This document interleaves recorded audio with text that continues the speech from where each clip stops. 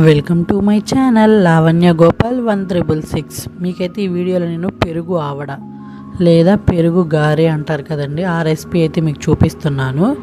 ఇది ఎంతో ఈజీగా టేస్టీగా మనం చేసుకోవచ్చు. నేను చెప్పే టిప్స్ పాటిస్తూ చేశారంటే మీకు పెరుగు ఆవడ పర్ఫెక్ట్గా అయితే వస్తుందన్నమాట. సో ఎలా చేయాలో ఏంటో ఈ వీడియో అయితే చూపిస్తాను, చూడండి.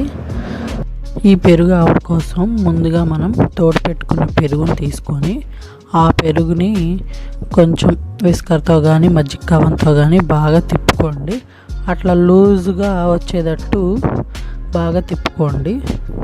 తర్వాత ఇంకా పోపు కోసం మనం కళాయి పెట్టుకొని దాంట్లో మనం పోపు కోసం ఏమైతే వేసుకుంటామో తాలింపులు వేసేసుకోండి. తాలింపులు వేసుకున్న తర్వాత దాంట్లో కొంచెం అల్లము పచ్చిమిర్చి కూడా యాడ్ చేసుకొని, ఎండుమిర్చి కూడా వేసేసుకొని, కరివేపాకు వేసుకొని మనం తాలింపు ఎట్లా అయితే పెట్టుకుంటాం అలా పెట్టేసుకొని పక్కన ఉంచేసుకోండి. దీంట్లో కొంచెం పసుపు కూడా యాడ్ చేసుకోండి. ఇంక ఈలోపు మనం పెరుగుని చిలుకుకున్నాం కదండి, చిలికిన పెరుగులో ఈ తాలింపు పెట్టుకున్న మొత్తం కూడా వేసేసుకొని కలిపేసేసుకొని, ఇందులో వాటర్ ఏం పోయక్కర్లేదు, మనం బాగా కలుపుకుంటే అట్లా జారుడుగా తయారవుతుంది అనమాట. దీంట్లో తగినంత సాల్ట్ కూడా వేసేసుకోండి. వేసుకున్న తర్వాత ఒక చిన్న గిన్నె తీసుకొని దాంట్లో కొంచెం వాటర్ అయితే పోసుకోండి. పోసుకున్న తర్వాత మనం మజ్జిగ తాలింపు పెట్టుకున్న దాన్ని ఒక 2 స్పూన్లు ఆ గిన్నెలో తీసుకోబెట్టుకున్న వాటర్లో అయితే వేసేసుకోండి. వేసేసుకొని దాన్ని కూడా పక్కన పెట్టుకోండి. ఇంకా మనం గారెలు వేసుకోవడానికి డీప్ ఫ్రైకి సరిపడా ఆయిల్ అయితే తీసుకోండి.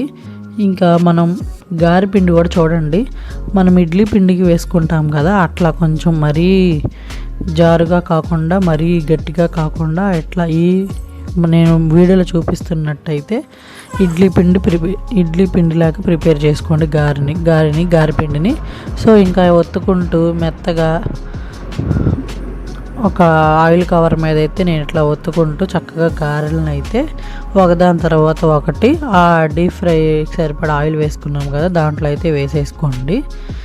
వేసేసుకున్న తర్వాత ఇట్లా మళ్ళీ ఇంకో గారె కూడా అలాగే తీసుకొని చక్కగా ఉండ చుట్టుకొని దీన్ని హోల్ అయితే చేసుకొని మళ్ళీ గారె అయితే వేసేసుకోండి. ఇట్లా ఒకదాని తర్వాత ఒకటి మనం ఆ ఆయిల్లో ఎన్ని అయితే పడతాయో అన్ని గారెలు అయితే వేసేసుకోండి. వేసేసుకొని బాగా మరీ వేగనివ్వక్కర్లేదండి, వేగిని పర్లేదు, కొంచెం రంగు మారినా చాలా అనమాట.